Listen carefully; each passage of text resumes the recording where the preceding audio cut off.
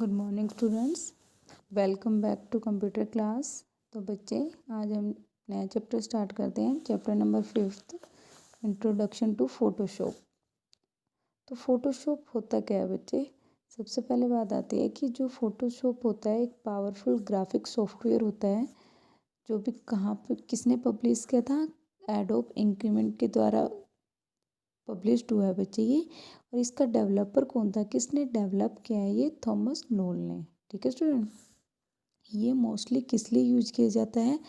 Image की creation के लिए और सॉफ्टवेयर के एडिटिंग के लिए ये यूज किया जाता है। इसके थ्रू हम क्या कर सकते हैं? किसी भी इमेज का हम रिसाइज कर सकते हैं, उसका कलर चेंज कर सकते हैं, उसको क्रॉप कर सकते हैं। तो ये क्या चीज़ किसके अंदर आती है बच्चे?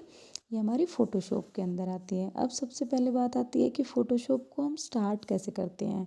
तो हम क्या करेंगे? सबसे पहले स्टार्ट के ऊपर क्लिक करेंगे, फिर ऑल प्रोग्राम के ऊपर जाएंगे और फिर हम कहाँ पे जाएंगे? एडोब मास्टर कलेक्शन के ऊपर। ठीक है, जब ऑल प्रोग्राम के ऊपर एडोब मास्टर कलेक्शन होगा बेटा, उसके ऊपर हम उसके थ्रू हम किस पे जाएंगे? एडोब फोटोशॉप के अंदर। ठीक है, तो हमारा इस तरीके से एडोब फोटोशॉप ओपन हो जाएगा। इसके ऊपर डबल क्लिक कर दोगे तो ये हमारा ओपन हो जाएगा। अब कंपोनेंट कौन कौन से होते हैं फोटोशॉप के? सबसे पहले होता है मेन्यू बार।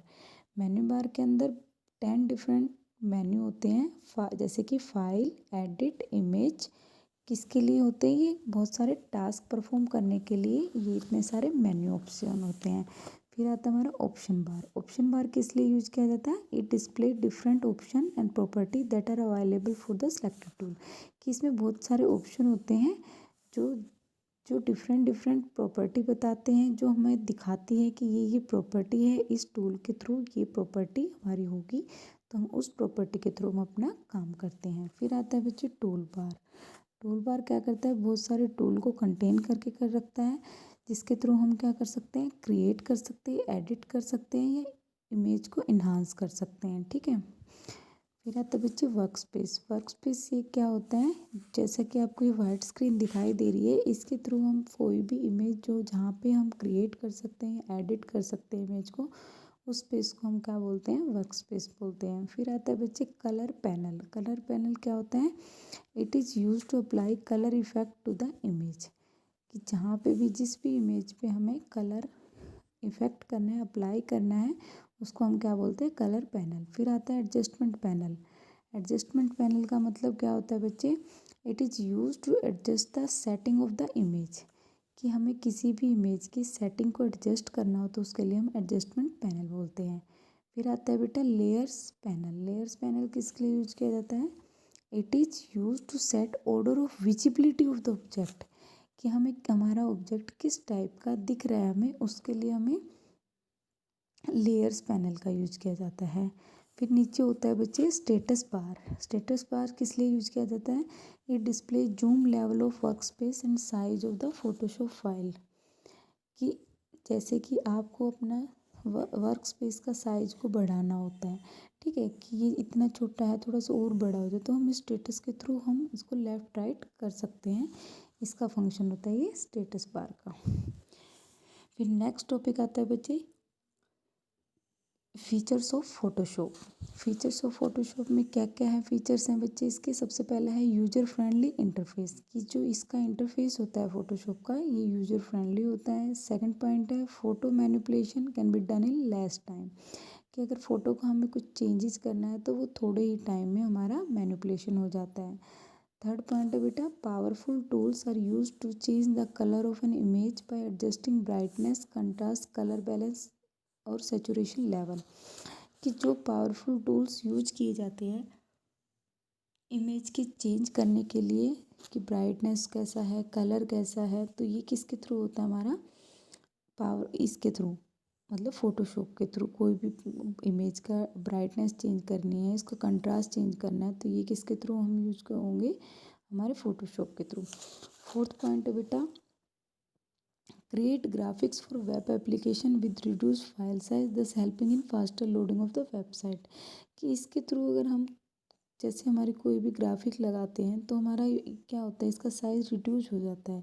तो अगर हम रिड्यूस साइज को उसके अंदर स्टोर करेंगे तो वो भी हमारा कम स्पेस लेगा, तो जो लोड करवाएंगे तो वो फास्टर लोड हो जाएगा बेटा, छोटी बनेगी तो हमारी इमेज। फिर आता है बच्चे layer effect preserve the original state of the image, कि जो भी ओरिजिनल स्टेट है इमेज की उसके थ्रू हमारा जो लेयर इफेक्ट है, जो भी हम उसके ऊपर इफेक्ट लगाते हैं वो ओरिजिनल इमेज को प्रिवेंट करके रखता है। Can be use to create 3D icons, ये फोटोशॉप किसके लिए भी यूज़ की जा सकती है, हमारी 3D आइकन्स के लिए। अब न्यू फाइल को हमने क्रिएट करना है तो वो कैसे करेंगे, सबसे पहले हम फाइल के ऊपर जाएंगे, उसके ऊपर क्लिक करो, फिर न्यू का ऑप्शन होता है उसके ऊपर क्लिक करो, फिर न्यू का डायलॉग बॉक्स ओपन हो जाता है जैसे आपको इसमें दिखाई दे रहा है। उसके थ्रू हम नेम होगा तो उसको नेम डालेंगे कि आपको ये नाम परफॉर्म करना है। फिर उसके बाद हम, अगर हमारी विड्थ और हाइट लेनी है, हमने अपने इमेजेस के जो स्पेसिफिक इमेजेस ली है उसके हमें पिक्सल्स में लेनी है, सेंटीमीटर में लेनी है, तो वो विड्थ और हाइट को हम मेंशन कर दें। फिर हम क्या करेंगे बेटा, रिजोल्यूशन। रिजोल्यूशन क्या होता है, जो specify the number of pixel पर इंच, कि जो भी हमारे नंबर ऑफ पिक्सल होते हैं इसमें, जो इमेजेस है हमारी उसका रिजोल्यूशन कैसा है, वो किस टाइप के हमें दिखाई दे रहे हैं, उसमें नंबर ऑफ पिक्सल होते हैं पर इंच, वो हमें हमारा क्या होता है, रिजोल्यूशन होता है।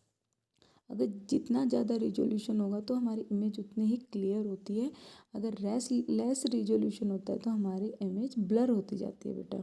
ठीक है, तो रिजोल्यूशन का बहुत मेन इम्पोर्टेंस होता है इसमें इमेज के चक्कर में। फिर आता है कलर मोड। कलर मोड क्या होता है, specify the number of colour that can appear in image, कि एक इमेज में कितने नंबर ऑफ कलर्स अपीयर हो रहे हैं, वो चीज़ किसके अंदर आती है, कलर मोड के अंदर आती है। बैकग्राउंड कंटेंट्स, कि बैकग्राउंड कंटेंट्स आपका किस टाइप का है, select the initial background content of the new document, कि इनिशियल बैकग्राउंड कंटेंट को आपने देखना है कि किस टाइप का आपका कंटेंट्स या बैकग्राउंड दिखाई दे रहा है। फिर बात आती है बच्चे उस फाइल को सेव कैसे करोगे, तो फाइल मेन्यू के ऊपर जाएंगे, उसके ऊपर हम सेव का ऑप्शन होता है उसके ऊपर क्लिक कर दो, फिर एक सेव एज का डायलॉग बॉक्स अपीयर हो जाता है। फिर उसके अंदर हम अपनी फ़ाइल का नाम मेंशन कर देंगे कि हमें इस नाम से फ़ाइल को सेव करना है, और सेव का बटन दबा देंगे तो आपकी फ़ाइल है वो सेव हो जाएगी। फिर आता है बेटा opening an image for editing, किस इमेज को हमने किस तरीके से एडिटिंग के लिए ओपन करना है, तो कैसे ओपन करोगे, फाइल के ऊपर क्लिक करो, फिर उसके बाद ओपन के ऊपर क्लिक करो, तो ओपन डायलॉग बॉक्स अपीयर हो जाता है हमारा, जैसे इसमें दिखाई दे रहा है आपको। तो उस ओपन के ऊपर जो भी हमारी इमेज है उसको हम सेलेक्ट कर लेंगे, फिर हम ओपन उस पर क्लिक कर देंगे तो आपकी वो इमेज ओपन हो जाएगी। ठीक है स्टूडेंट। फिर आता है बेटा यूजिंग टूल्स। टूल्स क्या क्या हैं, जब दो टूल बार्स होते हैं वो बहुत सारे टूल्स को लेके होते हैं जिसके थ्रू हम क्रिएटिंग कर सकते हैं, एडिटिंग कर सकते हैं इमेज की, तो वो किसके अंदर होते हैं, टूल बार की हेल्प से ही हम इसमें एडिटिंग या क्रिएटिंग करते हैं। तो सबसे पहला है बेटा rectangle marquee tool. Rectangle marquee tool is use to select a rectangular portion of an image, कि जो ये रेक्टेंगुलर मार्क्यू टूल यूज करते हैं ना, ये रेक्टेंगुलर की फॉर्म में हमारा यूज होता है, कि जो रेक्टेंगल पोर्शन होता है ना इमेज का उसके ऊपर ये सिलेक्ट होता है। ठीक है, click on rectangle marquee tool, now click on the work space and without releasing the mouse button drag the mouse pointer to select a portion of image to draw a rectangle, कि हमें वहाँ पे देखना है कि कितना हमें अपने इमेज का कितना साइज हमें लेना है, उसको रेक्टेंगल की फॉर्म में बनाना है, तो हम अपने माउस की हेल्प से उसको इतना ही ड्रैग करेंगे जिसके थ्रू हमारा वो पोर्शन होता है जो इमेज का वो ड्रा हो जाए। तो बाउंड्री होती है जो रेक्टेंगल की वो डॉटेड लाइन में हो जाएगी थोड़े से टाइम के लिए। ठीक है बेटा। फिर बात आती है जो रेक्टेंगल मार्क्यू टूल होता है दिस हिडन टूल्स होते हैं elliptical marquee tool, it is used when you want to select an oval और सर्कुलर पोर्शन ऑफ इमेज, कि जो सर्कुलर और ओवल पोर्शन लेना होता है उस वो किसके थ्रू हो जाता है, elliptical marquee tool. Single row marquee tool का क्या मतलब है, अगर हमें सिंगल हॉरिजॉन्टल लाइन को सिलेक्ट करना है तो वो किसके थ्रू करेंगे हम, single row marquee tool. Single column के थ्रू, तो वर्टिकल लाइन को अगर सिलेक्ट करना है तो सिंगल कॉलम मार्कर टूल के अंदर सिलेक्ट होगा। अब लेसो टूल क्या होता है बच्चे? Lasso tool is use to select an object और section of an image by drawing a free hand border और मार्क यू अराउंड इट। कि ये लेसो टूल्स किस लिए यूज़ किया जाता है बेटा? कि जो भी पोर्शन हमें सिलेक्ट करना है अपने इमेज का फ्री हैंड के थ्रू, जितना हमें देखना है, जितना हमें सिलेक्ट करना है, तो उसको हम फ्री हैंड से उसके ऊपर बाउंड्री बना देते हैं। तो वो किसके थ्रू करते हैं? हम लेसो टूल के अंदर। ठीक है बेटा। फिर आता है क्विक सिलेक्शन टूल।